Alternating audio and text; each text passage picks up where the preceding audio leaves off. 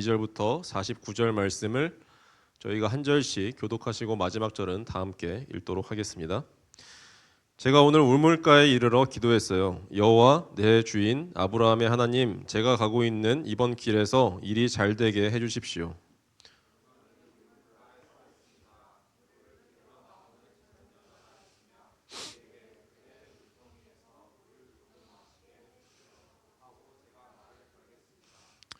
그러세요. 어르신의 낙타들에게도 제가 물을 길어다 주겠어요 하고 대답한다면 그가 여호와께서 제 주인의 아들을 위해 정해 놓으신 여자이지요.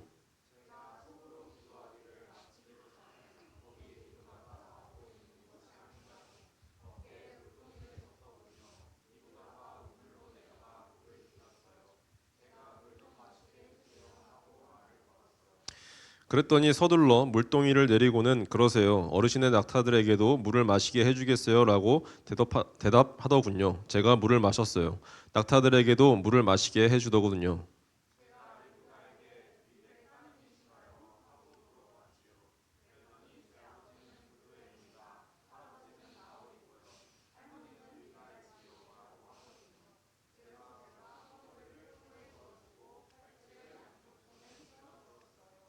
저는 무릎 꿇고 여호와께 엎드려 절하며 제 주인 아브라함의 하나님 여호와를 찬양했습니다. 주인의 형제 집안 딸을 주인의 며느리감으로 데려가도록 저를 확실한 길로 이끌어 주신 분이시지요. 이제 여러분이 제 주인에게 한결같은 사랑과 진실을 베풀어 주실 것인지 아닌지 제게 말씀해 주세요. 그래야 저도 이리저리 더 다녀보지요. 아멘. 원래 오늘은 24장 전체를 읽으려고 했는데 너무 길어서 그냥 짧게 가져왔습니다. 여러분의 삶 가운데 여러분의 삶이 뭔가 만약에 무너져 있다라고 여겨지는 사람들이 있다면 무너져 있을 때 한번 상상해 보십시오. 정신 차려. 지금 이렇게 살면 너는 망해 라고 말한다면 어떤 기분이 드시나요? 그 말이 틀린 말은 아니죠. 오히려 근데 맞는 말이 우리를 다시 일으켜 세우지는 못할 때가 많지 않습니까? 오히려 그 정답이라는 그 말이 우리를 더 깊은 동굴로 이제 가게 만들 수가 있습니다. 최근 유키즈 온 더 블럭이라는 거기에 출연한 악뮤 이야기 다 아시나요? 악뮤 수현의 고백이 그랬습니다. 긴 슬럼프를 겪고 있었는데 그 긴 슬럼프 속에서 은둔하고 삶의 균형이 깨진 그녀에게 필요했던 건 노래해야지 라는 채찍질이 아니었습니다. 그때 오빠인 그 찬혁은 아주 특별한 선언을 하죠. 나는 이 동생 수연이의 인생을 프로듀싱 한다라고 생각했다. 수연이를 잘 피어나게 하고 싶었다라고 오빠인 그 찬혁이 이야기했습니다. 그 찬혁이 생각한 건 뭐였죠? 동생을 고쳐야 할 문제가 아니라 다시 피어날 생명으로 보았던 것이죠. 신뢰를 쌓는 관계를 동생과 이제 먼저 맺었고 또한 2년이라는 긴 시간을 들여서 일상의 습관들을 만들었고 슬픔조차 노래가 될 수 있다라는 그 관점을 선물했습니다. 오늘 저는 그 뭐라고 하죠? 영상을 보면서 많은 것들을 깨달았던 것 같아요. 그래서 오늘 설교에 적용을 했어요. 오늘 우리가 읽은 이 창세기 24장 역시 한 인생을 피어나게 하시는 하나님의 장엄한 프로듀싱 이야기입니다. 140세 노인 아브라함부터 또한 조용하고 소극적이었던 아들 이삭 그리고 낯선 땅의 소녀 리브가에 이르기까지 하나님께서 어떻게 이들의 삶을 엮어서 확실한 길로 인도하시는지 그 깊은 내러티브가 그 이야기가 오늘 본문 안에 담겨져 있어요. 여러분 사람을 살리는 프로듀싱은 무엇이 필요할까요? 한 사람의 깊은 책임감과 사랑에서 시작됩니다. 그래야 좀 뭔가 관심이 생기지 않을까요? 얘를 좀 프로듀싱을 해야겠다라는 그런 마음이 들지 않을까요? 책임감, 사랑. 이제 우리는 이제 140세가 된 이 아브라함이 자신의 인생을 어떻게 마무리하면서 다음 세대를 준비하는지 그 책임감의 현장을 오늘 본문을 통해서 살펴보겠습니다. 오늘 본문은 아브라함이 나이가 많아 늙었고 라는 말로 시작돼요. 그게 당시 계속 제가 얘기했지만 140세였습니다. 75세에 아브라함은 75세에 하나님의 부르심을 받았고 가나안에 온 지 65년이 흐른 후 인생의 마지막 국면을 맞이하고 있는 장면입니다. 신앙의 여정은 시작도 굉장히 중요한데 마침도 중요해요. 우리가 그래서 시작 그리고 또한 과정을 지금 살아가고 있는데 어떻게 마칠 것인가라는 것도 우리는 계속 생각해야 합니다. 아브라함은 이 노년의 풍성한 복을 받았죠. 굉장히 풍성한 복을 받았어요. 그리고 많은 재산도 소유했습니다. 그러나 그는 그 복을 그냥 누리는 것에만 끝나는 것이 아니라 거기에 머무는 것이 아니라 하나님께 받은 약속을 다음 세대로 이어가야 한다라는 그 책임을 분명하게 인식했던 사람이에요. 당시 그의 아들 이삭은 40세였습니다. 여러분 목요일부터 창세기로 넘어온 거 아시죠? 그때도 비슷한 나이였죠. 그때 아브라함이 이삭을 바치는 이야기였습니다. 성경은 이삭을 아브라함이나 야곱에 비해서 비교적 조용하고 소극적인 인물로 그리고 있어요. 게다가 어머니 사라를 잃은 슬픔 속에 잠겨 있던 사람이 이삭이라고 표현합니다. 아브라함은 이제 이삭을 다그치는 대신에 가장 신뢰하는 종을 불러서 640km나 떨어진 고향 땅으로 보냅니다. 이삭 아들을 잡지 않고 가장 신뢰하는 종을 불러서 640km나 떨어진 고향 땅으로 보내는 게 오늘 본문이죠. 그는 단순히 그냥 심부름만 시킨 것이 아니라 허벅지 밑에 손을 넣고 엄숙한 맹세의 방식을 통해서 이 일을 위임합니다. 이것은 자신의 생명의 근원을 걸고 하나님의 약속을 지키겠다라는 결단이었죠. 여러분은 자신의 인생을 어떻게 프로듀싱하고 있습니까? 나는 내 인생을 어떻게 프로듀싱하고 계획하고 짜 나가고 있습니까? 아브라함처럼 나의 평안, 내가 받은 복, 그것에만 머무는 것이 아니라 나를 통해 흘러갈 하나님의 약속을 책임지려는 마음이 나에게 있는지 한번 돌아보아야 합니다.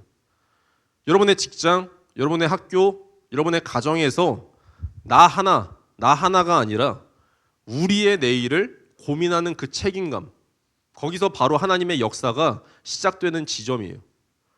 아브라함의 이 간절한 책임감은 이 신뢰하는 종의 발걸음을 통해서 구체적인 기도로 이어져요. 이제 640km의 그 먼 길을 달려서 우물가에 도착한 종이 어떤 기준으로 하나님의 뜻을 분별하는지 오늘 본문에서 우리는 읽었죠. 나홀의 성 우물가에 도착한 종은 아주 독특한 기도를 드리고 있어요. 그는 하늘에서 빛이 내려오거나 음성이 들리는 초자연적인 표적을 구하지 않았습니다. 대신 그는 환대라는 그 기준을 제시하고 있어요. 환대.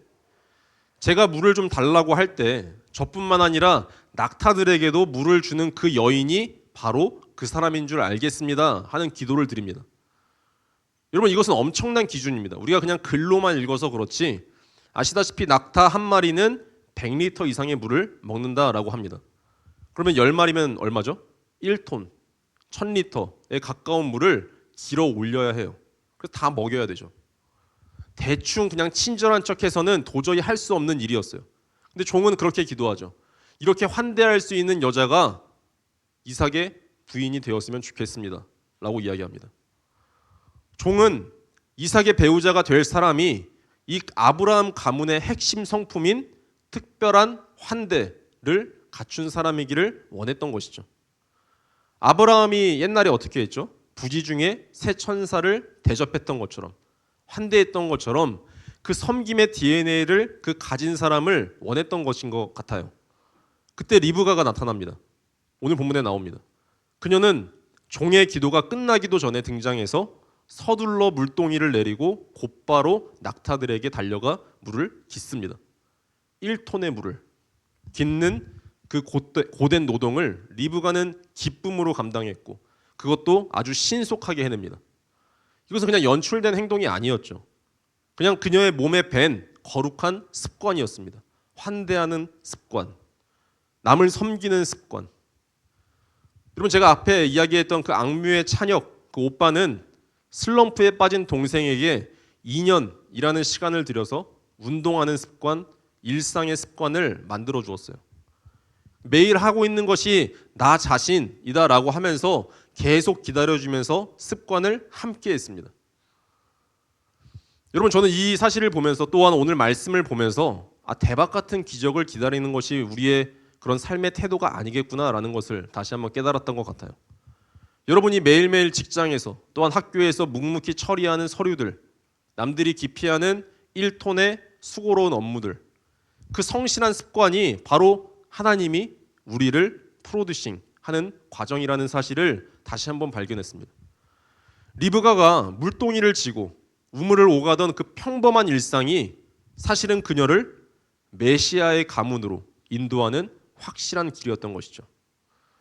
이 리브가의 성실함이 이 하나님의 예비하심과 만나는 순간 이제 사건은 결단으로 접어듭니다. 여러분, 이게 중요해요. 리브가의 그냥 성실한 습관, 성실함이 하나님의 예비하심과 만나는 순간, 여러분, 우리의 삶에도 이게 이루어질 수 있지 않을까요? 하나님의 프로듀싱 하신 그 길 위에 리브가는 어떤 선택을 내렸을까요? 종은 다시 종으로 넘어가서 이 모든 과정을 바라보면서 확신합니다. 여호와께서 길에서 나를 인도하사 내 주인의 동생 집에 이르게 하셨나이다 라고 고백합니다. 여기서 중요한 게 뭐죠? 여호와께서 길에서 나를 인도하사. 이 만남은 리브가를 만난 것은 우연이 아니라 하나님이 친히 예비하신 사건이구나라는 것을 고백합니다. 가족들도 이 신비한 이야기를 듣고 고백하죠.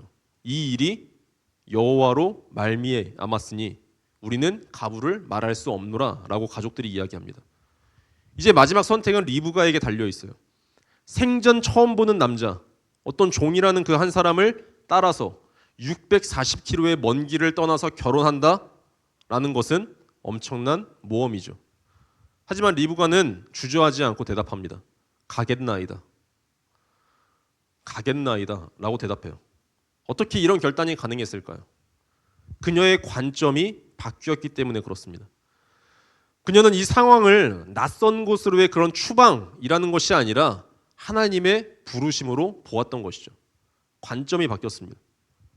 다시 악뮤 찬혁이 동생의 슬픔을 문제가 아니라 소중한 노래의 재료로 보았을 때 새로운 역사가 시작되었듯이 리브가가 자신의 인생을 하나님의 계획 안에서 바라보기 시작했을 때 그녀는 이스라엘의 어머니라는 영광스러운 자리로 피어날 수 있었어요. 여러분들에게 질문해 보겠습니다. 지금 여러분의 삶을 어떤 관점으로 바라보고 계신가요? 나는 내 삶을 어떤 관점으로 바라보고 있나요? 취업의 실패, 관계의 아픔, 보이지 않는 미래를 그저 고쳐야 할 문제로만 보고 있지는 않나요? 하나님은 지금 우리를 프로듀싱 하고 계십니다. 우리는 알 수 없겠지만 하나님은 여러분의 슬픔조차 찬란한 꽃을 피우는 걸음으로 사용하시는 분이시죠. 가겠나이다 라고 말할 수 있는 그 용기는 내 삶의 프로듀서가 하나님이심을 신뢰할 때 나옵니다. 말씀을 맺겠습니다. 하나님은 약속의 자손을 위해 리브가를 친히 예비하셨어요. 하나님의 약속의 자손을 위해서 리브가를 친히 예비하셨습니다. 목요일 말씀을 보면 갑자기 뜬금없이 이 아브라함 이삭 얘기 나오다가 리브가 가문 얘기가 나옵니다. 거기에 왜 그 말씀이 들어갔고 오늘 말씀에 다시 나왔을까요? 하나님이 예비하셨다라는 것을 보여주시는 것이죠. 그리고 아브라함의 그 참된 자손인 예수 그리스도를 위해서도 신부를 준비하셨는데 그것이 바로 여러분 교회입니다. 아브라함은 믿음으로 인생을 아름답게 마무리했고 종은 믿음으로 맡겨진 사명을 감당했고 리브가는 믿음으로 이스라엘의 어머니가 되었습니다. 우리 또한 이 믿음으로 하나님의 프로듀싱에 우리 삶을 맡길 수 있어요. 여러분, 우리가 다 사람이죠. 사람은 설명으로 바뀌지 않죠. 두려움으로도 바뀌지 않습니다. 사람은 관계 속에서 마음이 열리고 반복 속에서 몸이 따라오고 관점이 바뀌는 순간 삶이 새롭게 움직이기 시작합니다. 여러분은 고쳐져야 할 고장난 존재가 아니라 꽃처럼 피어나야 할 존귀한 생명입니다. 이번 한 주 이 여러분의 일상이라는 그 우물가에서 1톤의 물동이를 기쁘게 한번 메워 보십시오. 여러분의 프로듀서이신 하나님께서 여러분을 가장 확실한 길로 인도하여 마침내 가장 아름답게 피어나게 하실 거예요. 여러분을 위해 예비된 그 길을 향해서 리브가처럼 담대하게 대답하십시오. 가겠나이다. 담대하게 살아가는 저와 여러분 다 되시기를 간절히 축원합니다.